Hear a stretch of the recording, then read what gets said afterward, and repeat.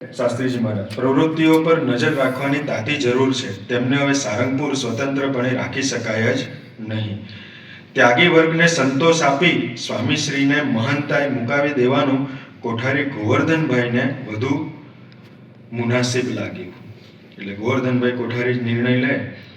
પોતે સગીર વયના આચાર્ય લક્ષ્મીપ્રસાદજી સાથે સારંગપુર આવ્યા. આચાર્યને લઈ અને ગોવર્ધનદાસ કોઠારી સારંગપુર ગયા. અને શાસ્ત્રી મહારાજ ત્યાં સુધી એમને ખબર નથી, પણ ગયા એટલે એમને જોયું. મંદિરનો વિકાસ, હવેલીઓ, ચાંદીના કમાડ, 85 ઘરો લઈ લીધા પછીની મંદિરની મોકળાશ અને આવકમાં એ વખતે સારંગપુર હનુમાનજી મંદિરની આવક શાસ્ત્રી મહારાજ ગયા એ પહેલા 2000 રૂપિયા હતી. ત્યાર પછી શાસ્ત્રીજી મહારાજ ગયા, મંદિરના મહંત થયા, ત્યાર પછીની પરિસ્થિતિ એનું વર્ણન છે. મંદિરનો વિકાસ, હવેલીઓ, ચાંદીના કમાડ